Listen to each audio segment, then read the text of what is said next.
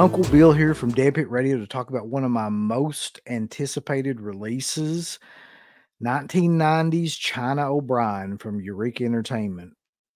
Wow, like I have been waiting on this film to come out for years now. This is a film that back in the day, back when they had something called cable television, was on constantly. And a lot of these films got played over and over and over again. But this one I remember watching like over and over because it was just a staple around that time of cable TV. It wasn't until recently that I kind of noticed in rewatching it that China O'Brien is basically an updated version of Walking Tall. Almost beat for beat, it's the same film with a female protagonist. But what a great action film that this is, and what a wonderful thing, for Eureka to put this out. And the wait has been so long. I mean, Cynthia Rothrock, who plays China O'Brien in this film, is a well-known female martial artist that's been around for years and years, and probably one of the most famous female martial artists. But for some reason, she had a bunch of other films that have gotten released before this one. And this to me is her kind of Citizen Kane. So Righting Wrongs has already came out. Lady Reporters already came out, but China O'Brien had not come out until this release, which was the first release. And it's crazy to me because this is the film that really kind of got her established in the US. And it was the first big, film that she did in the US after doing a bunch of like films overseas in Asia. So Golden Harvest is behind this film, the legendary company, Bruce Lee and Enter the Dragon. The producer and the director from that film are involved in this, as is the production company, Golden Harvest. This film, it just feels like a part of that. It's really low budget, but it's made up for that by the fact of the action sequences, which are throughout the film, just great. And Cynthia Rothrock is amazing, in these sequences too. So a brief plot, which is just, like I said, it's basically Walking Tall. So Cynthia Rothrock is a cop. She accidentally shoots a kid. She resigns from the police force and wants to just go home and be with her dad, who's the sheriff of a small town. She goes back only to find that it's not the same small town that she left, and there's a lot of corruption and evil going on there. And so in the process, her father trying to stop this corruption, he ends up getting killed, and she decides she wants to run for sheriff and wins, just like in Walking Tall. And that really doesn't stop the problems though, because the whole gang is still after her and her friends. And her friends in this are two other martial artists who are kind of well known. Keith Cook, who plays Dakota, and he in his own right is a great action guy. I mean, he's in both of these films, but he was a martial artist that was on the cover of a lot of kung fu magazines and stuff back when that was a thing in the 80s and 70s and 80s. And like, he was kind of poised to be the next big action star. I don't think he ever really made it, but he was good. I mean, he was a great kickboxer and that kind of style. He was really good. And Richard Norton, who's also in here as well, who plays kind of like the love interest, but they don't really go anywhere with that angle, because this movie's about action. And so there's not any love. There's just kicks and karate. Talk about the restoration of the film. I've got the DVD of this, and I don't know how old that DVD is, but it's one of the first DVDs I ever got, I think. It's not good. It looks awful. This restoration of China O'Brien is great. Looks really good. It's shot in rural, I can't remember if it's like rural Utah or Oklahoma or something like that. And it, that scenery and everything translates really well to this kind of restoration. And it looks, fantastic in the elements in 4K that it's in. They did a great job with it. An action film like this, especially a really low budget independent action film, of this kind, it can only look a certain way, but it looks as good as it's ever going to look, I think, on this. This is the special edition. So part 1 and part 2 are included in this too. And part 2 was shot at the exact same time as the first one. So it's basically the same movie, if I'm being honest. It's a continuation of the first film, but it's the same type of movie. There's action scene after action scene, fight sequence after fight sequence. You never get bored because there's always something going on. Cynthia Rothrock is, she can't act her way out of a paper bag. God bless her. And she even says that in the special features, which, are really good. And I watched all of those too. But she even says, I didn't really have any direction and they didn't really care about my acting because they were just focusing on the martial arts aspect of the film. So you can tell that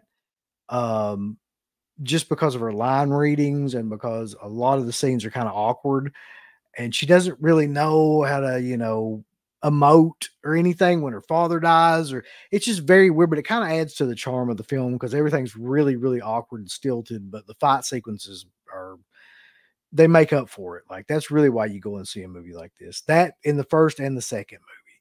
So, a lot of interesting stories in the special features. There's interviews with Cynthia Rothrock where she talks in detail about these movies. There's interviews with Keith Cook, who's really good. He talks about, he broke his hand right before this shoot. And that's why, if you notice the character of Dakota in the film, who's like China O'Brien's protector, kind of confidant, he's got this weird, wrapped up kind of metal thing on his hand.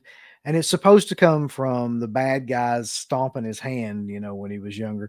But in actuality, it's just, he wasn't going to be able to do the movie because he had a cast and they had to work around the cast. So it wasn't, noticeable. So he's permanently wearing this thing, which actually makes his character a little bit cooler, in my opinion. So you'll learn about that stuff and a bunch of other stories on the special features. And they interview everybody from the film. There's audio commentaries, not with Rothrock. That's the one thing that I kind of wish that there would have been, but I don't know what the story is behind, she didn't do a commentary over the film, but there is like isolated fight scenes from the film that she kind of does commentary over and talks about it too. And through that, you learn that a lot of the stunt people on these films were not union. They were just people that happened to be around, extras that said that they could do fight scenes. A lot of bad stuff kind of happens from that. Like I think Rothrock breaks her finger because of that, because one of the guys didn't know how to do like a stunt.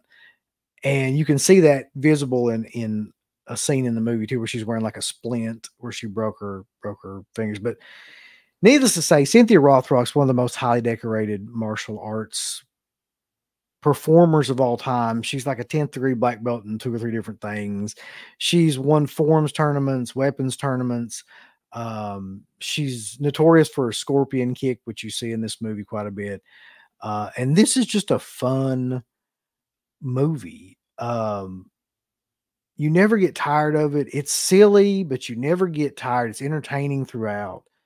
And it's one that brings back a lot of nostalgia because they don't make movies like this at all anymore.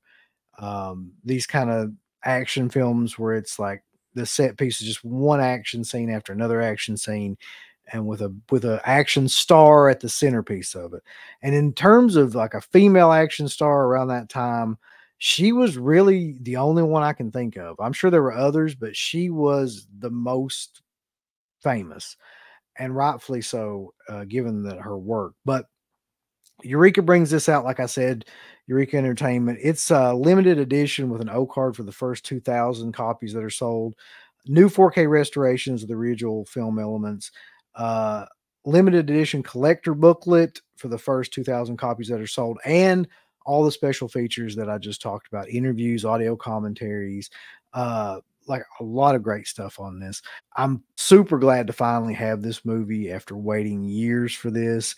And it is the perfect 90s action movie. I mean, it is that kind of film that you'll enjoy. Like if you were into that, and if you're into martial arts at all, you'll enjoy it too, because it's great in that way. So check it out from Eureka Entertainment. Check us out on deadpit.com, Into the Dead Pit. Check all of our pages out, our YouTube, our streams.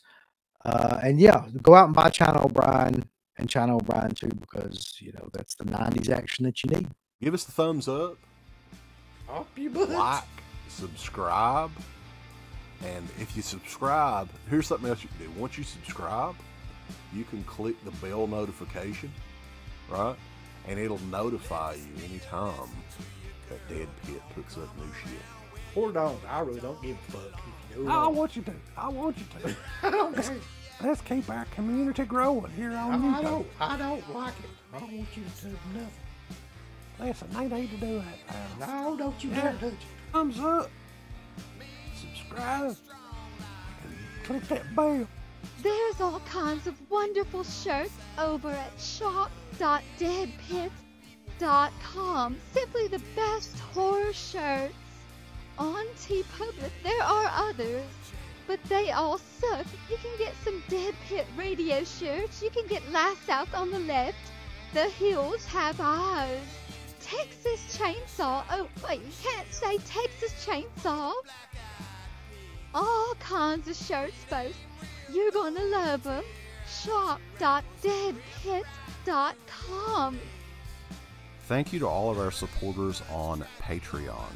Dead Pit on Patreon.com is the only place to check out a complete archive of the old Dead Pit radio shows all the way back from 2005 on, in addition to the midweek shows, fan commentaries, exclusive podcasts, and much more. Dead Pit on Patreon.com if you're interested. Tiers start at only $1.